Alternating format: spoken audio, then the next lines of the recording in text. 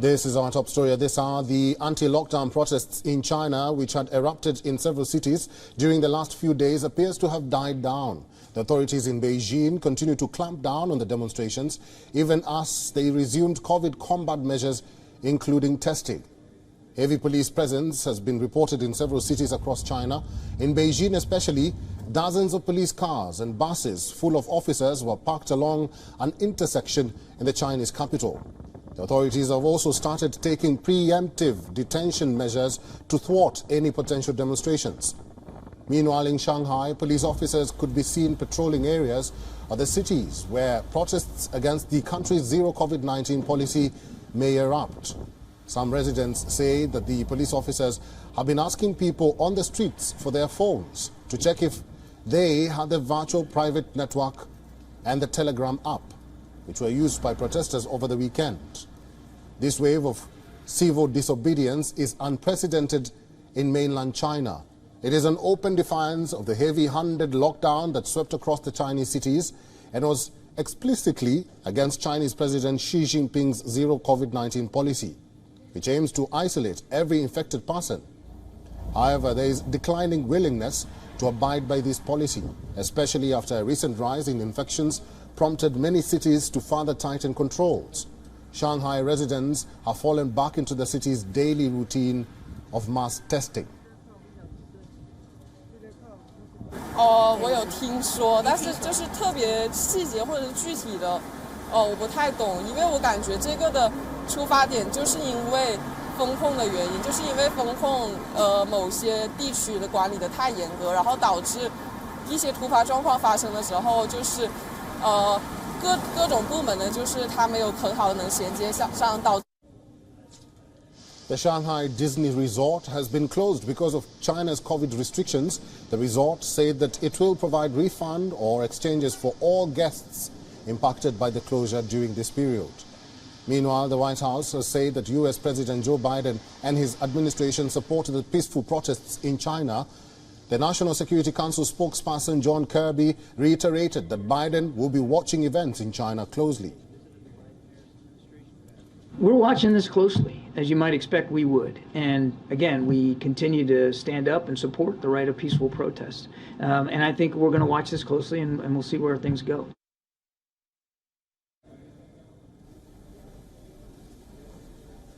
European Council Chief Charles Michel will be traveling to Beijing on December 1st. He is scheduled to meet Chinese President Xi Jinping and other senior officials. As per official sources, Michel will discuss global challenges and other subjects of common interest.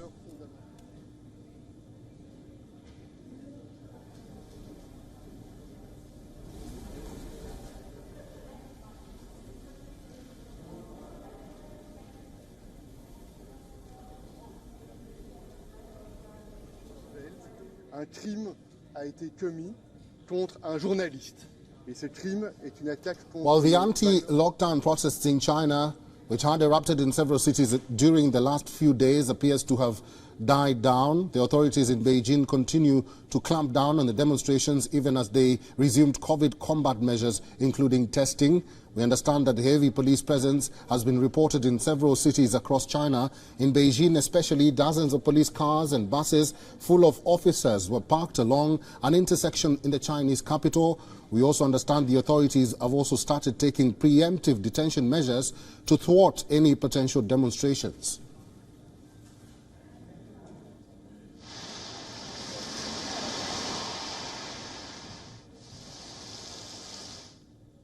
And for more on this, we are now being joined by Lynn O'Donnell, who is a journalist. And Lynn, welcome to the broadcast. Probably you can tell us more about this situation in China. How do you see it going forward? Well, as you say, arrests have started. The Chinese people have been treated very brutally for 3 years, and COVID has been an excuse for the government to roll out very much blanket surveillance methodology, QR codes wherever they go, being welded into their homes, being rounded up by hazmat-wearing people when they seem to transgress any of the COVID rules. And I think past experience has told us that the authorities are very intolerant of dissent. But what you have now is a mass movement almost. I know that it's not centrifugally controlled, but there is certainly a spontaneous outbreak of rebellion against the strictures that people have been living under for so long. And I think this is going to be quite difficult for the government to control in any way that makes it look good. And one of the complications that the Communist Party is facing is that President Xi Jinping has made himself identifiable as the party and the state. There is no one else to blame. It's only a month ago that he drew power to himself at the Central Party Congress. He placed ideologues and loyalists around him in the highest offices of state. So there's nobody who can, there's no sort of like steadying voice in his ear.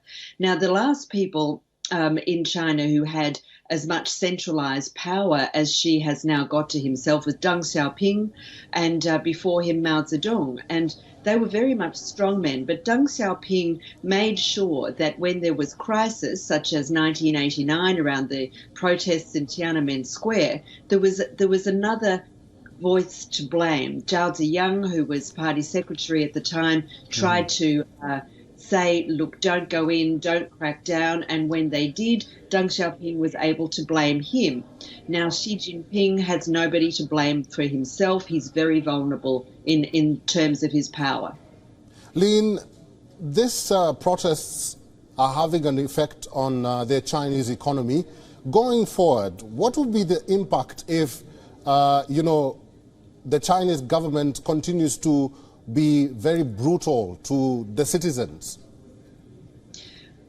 Well, it's the COVID lockdowns that have had an impact on the Chinese economy. There has been significant slowdown, and supply chains have been caught up. People haven't been going to work. A week or so ago, we saw the mass protests at the Foxtel factory, which produces Apple products. And so Apple is going to be facing an inability to deliver the numbers that it needs, the quantities that it needs of products like iPhones and laptops. So I think that we are going to see a further contraction, but we don't know how far these demonstrations are going to go.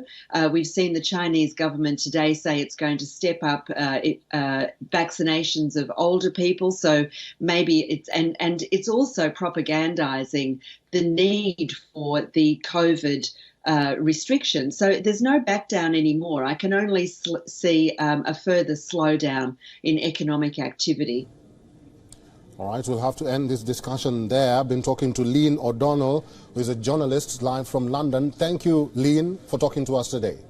WION is now available in your country. Download the app now and get all the news on the move.